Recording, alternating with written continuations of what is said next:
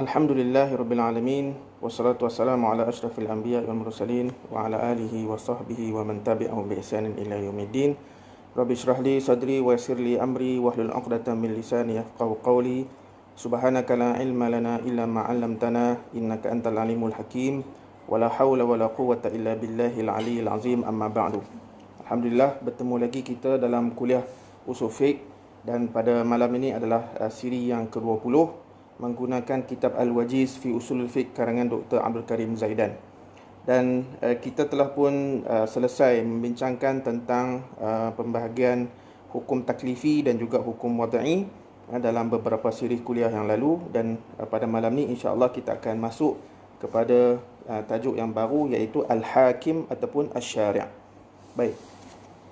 Kalau kita lihat kepada ta'rif al-hukum indal usuliyin, ta'rif hukum di sisi ulama usul fiqh, al-hukmu ialah khitabullah ta'ala al-muta'alliq bi af'alil mukallafin talaban aw takhyiran aw wad'an, iaitu khitab Allah Ta'ala yang berkaitan dengan perbuatan mukallaf, sama ada berbentuk talab, tuntutan, sama ada tuntutan buat ataupun tuntutan tinggal, atau takhyiran, ataupun memberi pilihan, ataupun wad'an secara wad'i, iaitu yang dikatakan hukum wad'i. Talaban atau takhiran itu adalah perbahasan hukum taklifi, dan wad'an adalah perbahasan hukum wad'i. Baik. Jadi daripada definisi hukum ni, ia memberi satu indikator bahawa sumber hukum syariat Islam ini adalah Allah Subhanahu wa taala wahdahu, seorang. Jadi hanya Allah Subhanahu wa taala sahaja yang menjadi sumber kepada hukum mengikut ulama usul fiqh. Baik, di sini istilah al-hakim ataupun asy-syari', iaitu arahan ataupun sumber hukum tu datang daripada mana, daripada siapa? Maka daripada Allah Subhanahu wa taala wahdahu. Maka tidak ada hukum kecuali apa yang dihukumkan oleh Allah Subhanahu wa taala, dan tidak ada syariat melainkan apa yang telah disyarakkan oleh Allah Subhanahu wa taala. Dan inilah yang ditunjuk oleh banyak ayat Al-Quran dan juga hadis Rasulullah sallallahu alaihi wasallam, dan juga ijma' para ulama, para usuliyun berkenaan dengan asy-syari' ataupun siapakah yang dinamakan syarak ataupun siapakah yang dinamakan al-hakim. Contoh macam dalam firman Allah Subhanahu wa taala surah Al-An'am, inil hukmu illa lillah, tidaklah hukum itu melainkan milik Allah Subhanahu wa taala. Dalam surah Al-An'am ayat 62, Allah berfirman, ala lahul hukm, ketahuilah bahawa hanya sahaja hukum itu, pensyariatan hukum itu adalah milik Allah Subhanahu wa taala. Baik, oleh sebab itulah dan atas dasar inilah, apabila kita berhukumkan dengan apa yang diturunkan selain daripada Allah Subhanahu wa taala, boleh dianggap sebagai kufur, wal a'yazu billah. Kerana apa? Kerana tidak ada kuasa untuk menentukan hukum syarak kecuali Allah Subhanahu wa taala, kan? Dan kalau dalam kitab Al-Wajiz ni, Dr. Abdul Karim Zaidan membawa ayat Quran, wa man lam yahkum bima anzalallah fa ulaika humul kafirun. Siapa yang tidak berhukumkan dengan apa yang diturunkan oleh Allah Subhanahu wa taala, kan, maka dia adalah golongan kafirin. Dan ayat ini dia ada 3, kan, faulaika humul kafirun, faulaika humuz zalimun, dan satu lagi apa, faulaika humul fasiqun. Baik. Dan di sini juga kita memahami bahawa tugas para rasul tidak lain tidak bukan ialah menyampaikan hukum Allah Subhanahu wa taala. Dan tugas para mujtahidin yang tidak lain tidak bukan ialah untuk mengetahui hukum hakam yang terdapat dalam nas-nas, sama ada nas Al-Quran ataupun hadis, dan juga bagaimana untuk mengistimbatkan ataupun mengeluarkan hukum daripada nas tersebut dengan cara, metod dan juga kaedah-kaedah yang tertentu yang kita boleh tahu melalui ilmu usul fiqh. Baik. Okey. So sekarang ni apabila ijma' para ulama usuliyun menyatakan bahawa al-hakim itu adalah Allah Subhanahu wa taala, Tetapi ulama usul sebenarnya berbeza pandangan dalam beberapa isu, kan. Apa dia isunya? Yang pertama, adakah hukum Allah itu tidak boleh diketahui kecuali melalui perantaraan para rasul, kan? Ataupun dalam arti kata yang lain, adakah akal kita ini boleh bersendirian tanpa wasitah ataupun tanpa perantara rasul? Maksudnya akal logik manusia ni boleh tak memahami hukum hakam syarak, kan, dan ataupun nak menentukan hukum hakam syarak, ataupun mesti melalui para rasul sahaja, kan. Itu kita panggil kemuskilan yang pertama. Dan lanjutan daripada itu, persoalannya, adakah akal kita ini boleh memahami hukum Allah tanpa perantaraan rasul, dan adakah dengan akal ini boleh menentukan hukum hakam dan menjadi mana tu taklif, ataupun kita panggil tempat pergantungan pentaklifan syarak, kan. Dan adakah akal ini boleh menentukan dosa pahala, pujian, celaan,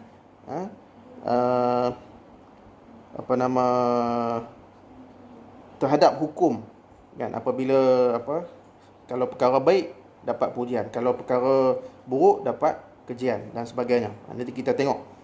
Jadi para ulama usul fiqh telah berselisih pandangan, di mana terdapat 3 pandangan. Menurut kitab Al-Wajiz ni ada 3 pandangan. Pandangan pertama ini adalah pendapat yang dikemukakan oleh Mu'tazilah dan sebahagian daripada ulama Ja'fariyah, Syiah ni. Yang mana kesimpulan mereka, pandangan ini menyatakan bahawa dalam perbuatan manusia itu dia panggil satu perkara yang baik, dan juga dalam perbuatan manusia ada juga perkara yang buruk. Dan bagi pendapat Mu'tazilah, mereka menyatakan bahawa akal boleh bersendirian untuk memahami kebaikan ataupun keburukan kebanyakan perbuatan-perbuatan manusia dengan melihat kepada sifat ataupun bentuk perbuatan tersebut, sama ada perbuatan itu boleh memberikan kebaikan ataupun boleh memberikan kemudaratan, boleh memberi maslahah ataupun mafsadah. Jadi makna kata kesimpulan pandangan mazhab Mu'tazilah ini, mereka menyatakan bahawa tak perlu rasul, tak perlu nabi untuk memahami perkara baik buruk dalam agama. Cukup akal manusia sahaja. Jadi kalau akal kita mengatakan baik, maka itulah hukum syarak, kan. Dan apabila akal mengatakan bahawa perkara itu buruk, maka itulah hukum syarak. Okey.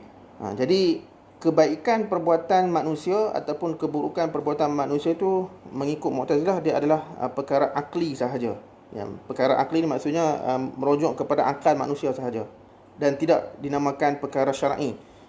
Iaitu tak perlu dah ayat Quran, tak perlu dah hadis, tak perlu dah datangnya Rasul untuk menerangkan ini baik, ini buruk dan sebagainya. Sebab apa? Bagi Mu'tazilah, mereka menyatakan akal kita ni dah memadai untuk memahami kebaikan dan keburukan sesuatu benda. Baik. Oleh sebab itulah, lanjutan daripada itu, Mu'tazilah menyatakan bahawa hukum syarak yang datang kemudian ni, dia tidak bukan ialah berselari dengan apa yang dilihat ataupun apa yang diputuskan oleh akal manusia, sama ada perkara itu baik ataupun perkara itu buruk, kan. Jadi apa sahaja yang ditetapkan oleh akal baik, maka itulah hukum syarak di sisi Mu'tazilah, dan apa yang diputuskan maksudnya apa yang manusia lihat buruk, maka itulah buruk di sisi syarak. Itu secara kesimpulannya. Dan Mu'tazilah juga mengatakan bahawa sebelum kedatangan Rasul, kan, ketika zaman dululah, kan, sebelum datangnya mana-mana Nabi yang diutuskan oleh Allah Subhanahu Wa Taala kepada kaum-kaum tertentu, bahawa manusia ni memang telah diberi pentaklifan berdasarkan akal mereka. Jadi sebab itu mereka kata sebenarnya Rasul ni dia datang hanya untuk melengkapkan apa yang logik ataupun akal manusia lihat. Kalau benda tu baik-baik jadi tak perlu dah Rasul. Rasul datang ni dia hanya pelengkap, nak mengesahkannya sahaja. Kan? Kalau tak datang para rasul pun, akal sendiri itu dah boleh faham apa baik itu ataupun apa yang buruk kan untuk manusia. Baik, itu pandangan kesimpulan pandangan pertama yang dipelopori oleh Mu'tazilah dan juga sebahagian daripada Ja'fariyah. Pendapat yang kedua, iaitu pendapat golongan Asy'ariyah, iaitu pengikut Abul Hasan Ali bin Ismail Al-Asy'ari dan segolongan usuliyun. Dan inilah pandangan jumhur ulama usul fiqh, yang mana kesimpulannya bahawa mereka menyatakan bahawa akal tidak boleh bersendirian untuk memahami dan mengetahui hukum hakam Allah Subhanahu Wa Taala. Bahkan akal memerlukan kepada perantaraan Rasul dan penerangan mereka. Okey. Jadi kita tidak boleh kata satu perbuatan manusia itu baik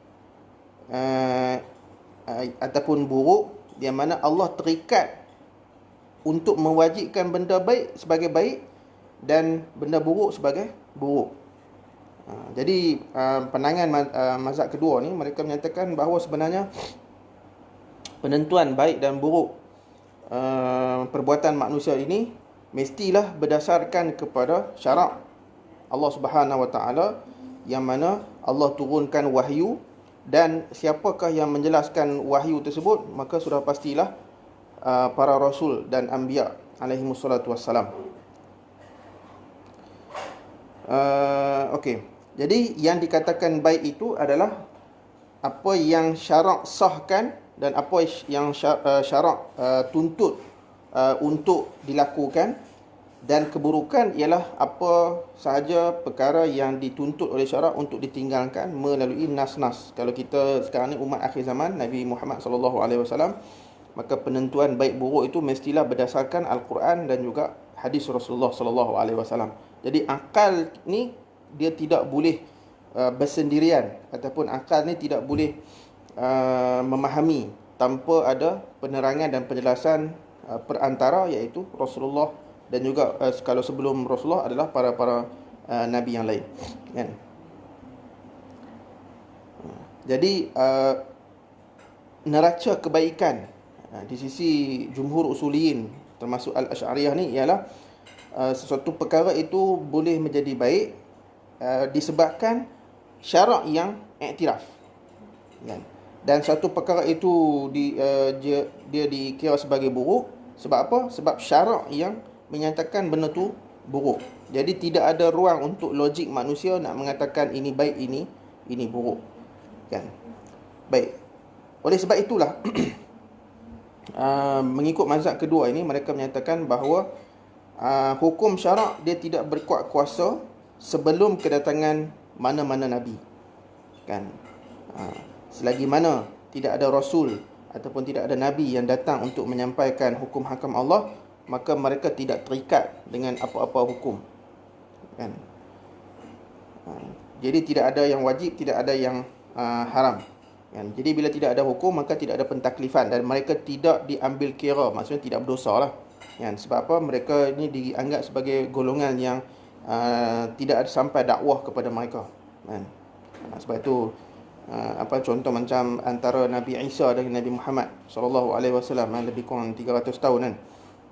Tidak ada nabi ketika itu, maka itu dianggap sebagai golongan yang tidak ada hukum hakam bagi mereka.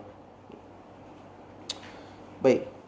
Kemudian pandangan ketiga ataupun mazhab ketiga ini adalah pandangan Abu Mansur Muhammad bin Muhammad Al-Maturidi, dan inilah juga pandangan sebahagian daripada ulama Hanafi dan juga sebahagian daripada jumhur, dan juga sebahagian pandangan daripada mazhab Ja'fari, kan?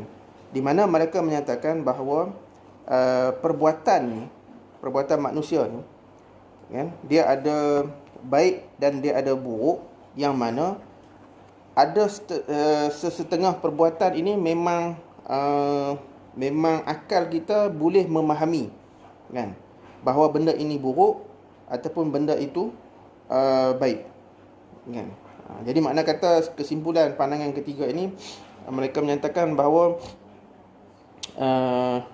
sifat manusia tu sendiri, akal yang Allah Subhanahu Wa Taala berikan kepada mereka, boleh mengetahui bahawa benda ini baik dan juga benda ini buruk, tetapi tidak semestinya. Tidak semestinya apa yang dilihat baik itu oleh manusia akan menjadi hukum yang baik di sisi Allah Subhanahu Wa Taala, dan tidak semestinya juga perkara yang dilihat buruk di kalangan manusia akan dianggap sebagai perkara yang diharamkan ataupun tidak dibenarkan dalam syarak. Jadi kesimpulan mazhab ketiga ini, mereka menyatakan bahawa sebenarnya manusia ni kadang-kadang dia boleh tengok benda tu baik, ataupun buruk, tetapi tidak semestinya akan menjadi hukum syarak. Akhir sekali berbalik juga kepada penentuan dan pengesahan Allah Subhanahu Wa Taala melalui nas-nas Al-Quran ataupun hadis. Jadi beza antara mazhab ketiga dengan yang pertama dan yang kedua ialah, kalau mazhab pertama Mu'tazilah, mereka menyatakan senang cerita seolah macam 100% akal kita ni serah dekat akal logik manusia. Takkanlah manusia ni nak menganggap benda yang baik itu buruk, buruk itu baik kan. Sudah tentulah bila mereka menganggap benda tu baik, maka itulah baik di sisi Allah. Itu pandangan mazhab Mu'tazilah kan. Tetapi kalau mazhab kedua pula, mereka menyatakan bahawa akal ni tidak boleh pakai langsung kan. Logik manusia ni tidak boleh terpakai langsung, mesti kita serah 100% kepada Allah Subhanahu Wa Taala melalui nas-nas Al-Quran ataupun hadis kan. Manakala mazhab ketiga, kesimpulannya ialah mereka berpandangan bahawa tidak tolak 100%, tidak tolak 100% akal dan tidak menerima 100% akal manusia, logik manusia ni. Jadi ada perkara yang logik manusia ni boleh diterima pakai, dan boleh diterima pakai itu apatah lagi disokong dan didukung oleh nas-nas Al-Quran ataupun hadis Rasulullah sallallahu alaihi wasallam. Dan ada di kalangan kita panggil perbuatan manusia ni yang buruk, dan ia kadang-kadang pula disokong oleh nas Al-Quran ataupun hadis Rasulullah sallallahu alaihi wasallam menyatakan perkara itu buruk kan. Okey.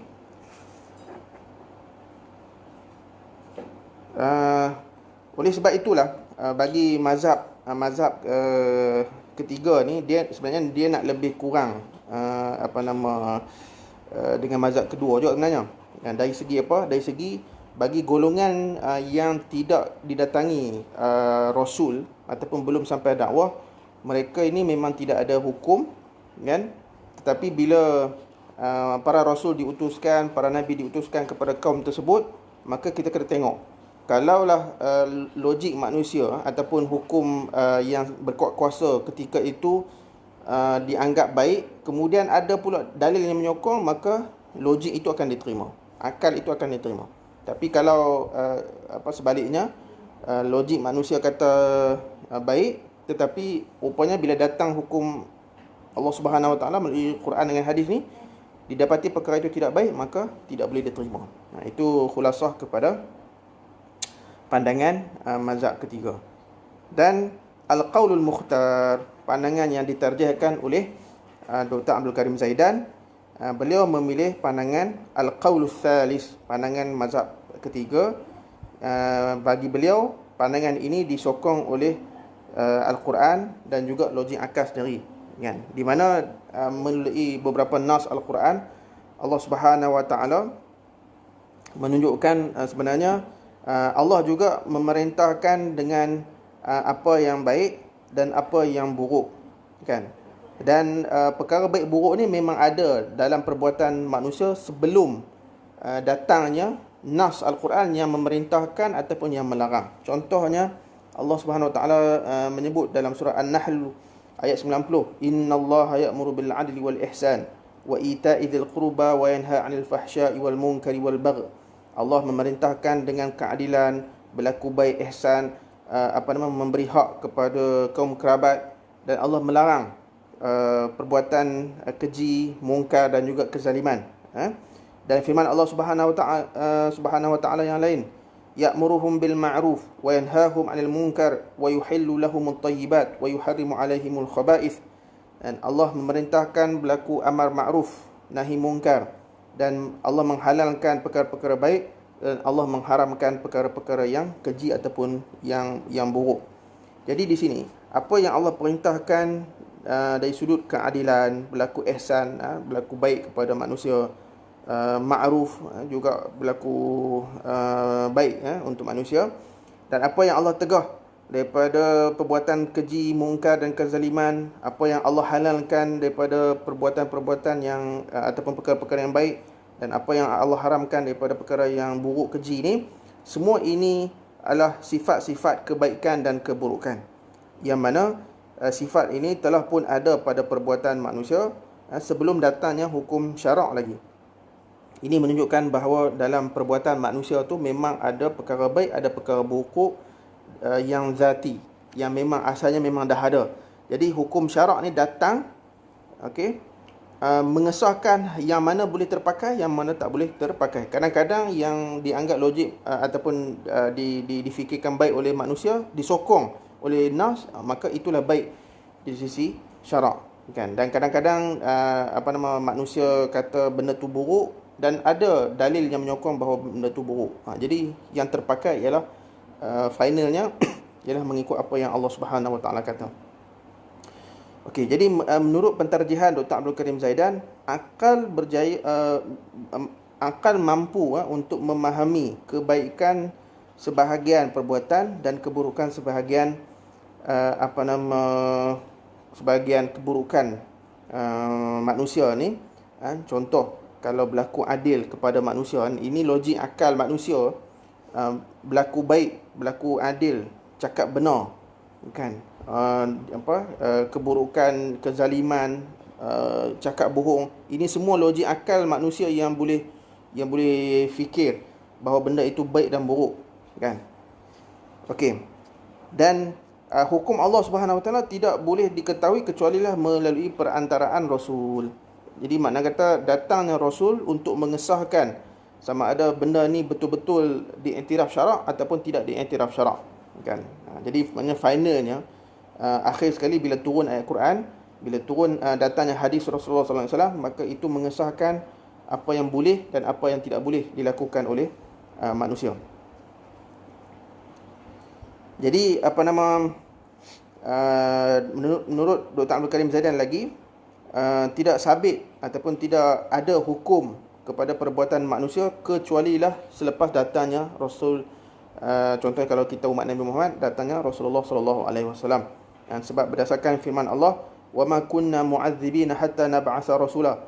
Tidaklah kami mengazab manusia kecualilah setelah kami utuskan Rasul, bagi penerangan dulu, bagi penjelasan.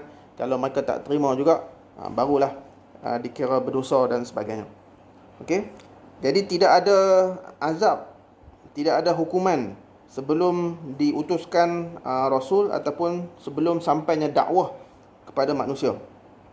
Jadi apabila tidak berlaku azab, maka tidak adalah pentaklifan, kan. Sebab kalaulah contoh macam tadi yang golongan ahlul fitrah ataupun ahlul fatrah, antara zaman Nabi Isa dengan Nabi Muhammad tu 300 tahun lebih kurang, kan. Jadi golongan ini dia tidak ada pentaklifan. Jadi bila tidak ada pentaklifan, mereka ini tidak dikenakan azab menurut ulama usul fiqh. Okey. Okey, seterusnya apa isu-isu berbangkit dalam perselisihan pandangan ulama berkenaan dengan at-tahsin wa taqbih al-aqli ni. Jadi isu berbangkit antaranya ialah sesiapa yang tidak sampai dakwah Islam ataupun dakwah ajaran Rasul, para Rasul ni, kan, di sisi ulama Mu'tazilah, mereka ni tetap akan dikenakan hukuman azab di akhirat nanti, kan, dan akan dihisap atas amalannya berdasarkan apa yang logik akal mereka putuskan. Kalau contohlah, kebanyakan logik akal manusia ketika itu mengatakan perbuatan A ini adalah baik, ni walaupun belum datang Rasul, kan. Tapi masyarakat ketika itu memandang perkara itu baik, maka wajiblah umat ketika itu mengikuti pandangan tersebut. Dan kalau mereka tak mengikuti, mereka berdosa. Ini pandangan Mu'tazilah. Tetapi bagi golongan Asy'ariyah dan Maturidiyah ataupun ulama-ulama usul yang lain menyatakan bahawa mereka yang tidak sampai dakwah, tidak ada hisab, tidak ada istilah dosa pahala, dan tidak ada hukum kepada mereka, kan. Okey, perkara berbangkit yang kedua. Selepas datangnya syariat Islam, maka tidak ada khilaf di kalangan para ulama bahawa hukum Allah itu hanya boleh diketahui melalui Allah Subhanahu Wa Taala, kan, iaitu dalam Al-Quran dan juga melalui sunnah Rasulullah sallallahu alaihi wasallam. Dan inilah kedua-duanya inilah iaitu Al-Quran dan juga sunnah yang Rasulullah sallallahu alaihi wasallam, Nabi Muhammad kita, menyampaikan kepada umat dan diteruskan oleh para ulama kita sampai sekarang, kan.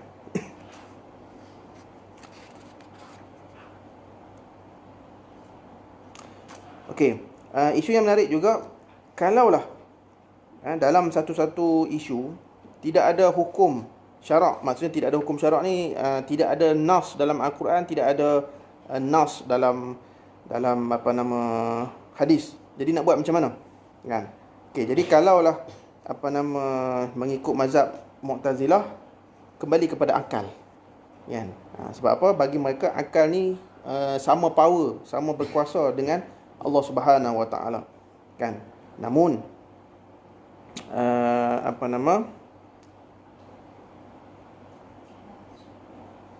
kalau mengikut pandangan mazhab kedua dan ketiga pula, kan, iaitu Ahlus Sunnah wal Jamaah, sebenarnya akal ni dia tidak diberikan 100% kuasa untuk menentukan hukum yang tidak ada dalam Al-Quran ataupun tidak ada dalam hadis. Maksudnya macam tadilah pandangan mazhab ketiga ni, kan, kita tak terima logik akal manusia 100%, tapi kita tidak juga menolak 100%, kan. Yang mana tidak ada hukum dalam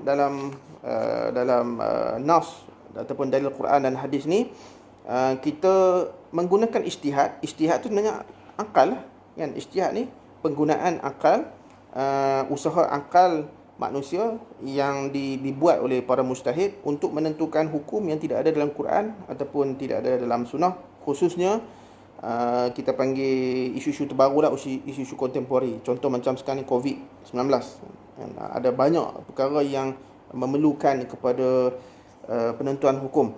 Jadi nak buat macam mana? Sebab itu pandangan mazhab kedua dan ketiga ni, khususnya pandangan mazhab ketiga lah, kan, kita boleh menggunakan logik akal kita, ijtihad kita, kan, tetapi jangan sampai melanggar prinsip-prinsip syarak yang lain, kan. Yang mana prinsip-prinsip syarak yang lain tu nanti kita akan sentuh dalam kuliah-kuliah yang akan datang, insya-Allah, kan. Kita so setakat itu sahaja kuliah kita pada malam ini, kan. Mudah-mudahan kita dapat memahami konsep al-hakim ataupun asy-syari' dalam ilmu usul fiqh, kan. Jadi kesimpulannya, kita bersetuju juga dengan pandangan Dr. Abdul Karim Zaidan, iaitu pandangan mazhab ketiga yang menyatakan bahawa akal manusia ni itu ijtihad lah, kan. Akal manusia ni tidak ditolak 100% dan tidak diterima 100%, kan. Ianya semua juga bergantung dan berbalik kepada penentuan dan pengesahan Allah Subhanahu Wa Taala melalui nas-nas Al-Quran ataupun hadis. Namun dalam perkara-perkara yang tidak ada nas secara soreh dalam Al-Quran ataupun hadis, kita boleh menggunakan ijtihad akal kita, tetapi tidak boleh sampai melanggar prinsip-prinsip syarak yang lain. Jadi setakat itu saja kuliah kita pada malam ni. InsyaAllah kita sambung lagi perbahasan pada kuliah-kuliah yang akan datang. Apa yang baik itu datang daripada Allah Subhanahu Wa Taala, apa yang kurang itu datangnya daripada diri saya. Aqulu qawli hadza wa astaghfirullahal azim li wa lakum. Wassalamualaikum warahmatullahi wabarakatuh.